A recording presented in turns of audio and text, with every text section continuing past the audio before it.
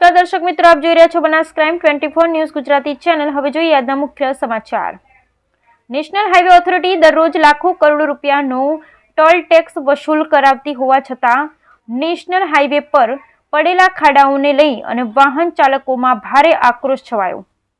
બનાસકાંઠા જિલ્લામાં છેલ્લા કેટલાક સમયથી નેશનલ હાઈવે ઓથોરિટીના સત્તાધીશોના બેદરકારીના કારણે વાહન ચાલકો ભારે મુશ્કેલીનો સામનો કરવો પડી રહ્યો છે।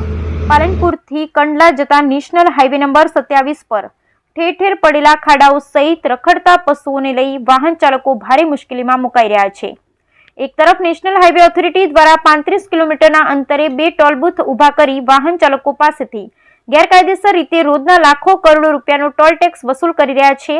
સામે નેશનલ હાઈવે રોડ પર ચાલતા વાહન ચાલકોને કોઈ પણ જાતની સેફટી કે સુરક્ષા આપવામાં આવતી ડીસાથી રાધનપુર જતા નેશનલ હાઈવે પર મુડેઠા ટોલ ટેક્સ આગળ મસ્ત મોટો ખાડો પડી જવાની અનેક વાહન ચાલકો ખાડામાં પટકાઈ રહ્યા છે અને નાના મોટા અકસ્માત સર્જાઈ રહ્યા છે। જ્યારે ભલગામ ટોલ ટેક્સ પાસે આવેલ થરા નેશનલ હાઈવે રોડ પર અને સર્વિસ રોડ પર ઠેર ઠેર ખાડા પડી ગયા છે। જ્યારે વરસાદી પાણી અને ગટરના પાણી પણ રોડ પર ઉભરાઈ રહ્યા છે। અનેક જગ્યાએ ગટરના ઢાંકણા પણ તૂટેલી હાલતમાં નજરે પડી રહ્યા છે। ગટરના ગંદા પાણીના દુર્ગંધ ફેલાતા રાહદારીઓ, વાહન ચાલકો અને સ્થાનિકોમાં ભારે આક્રોશ વ્યક્ત કરવામાં આવી રહ્યો છે અને ભયંકર પાણીજન્ય રોગચાળાએ માથું ઉંચકે તેવી શક્યતા સેવાઈ રહી છે। જ્યારે તાજેતરમાં પાટણના સાંસદ ભરતસિંહ ડાભી દ્વારા 35 કિલોમીટરના અંતરે ચાલતા ટોલ બૂથને લઈ કેન્દ્રીય પરિવહન મંત્રી નીતિન ગડકરી સાથે રૂબરૂમાં મુલાકાત કરી લેખિતમાં રજૂઆત કરવામાં આવી છે।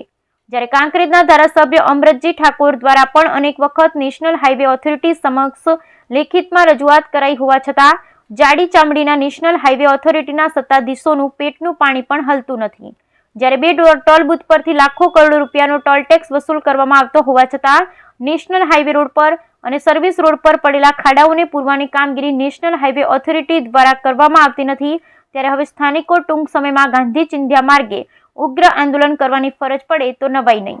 જિલ્લા કલેક્ટર શ્રી દ્વારા નેશનલ હાઈવે ઓથોરિટીના સત્તાધીશોને કુંભકર્ણની નિંદ્રામાંથી જગાડી વાહન ચાલકોને પડતી મુશ્કેલીને દૂર કરવા માટે આગળ આવે તે ખૂબ જ જરૂરી બની ગયું છે।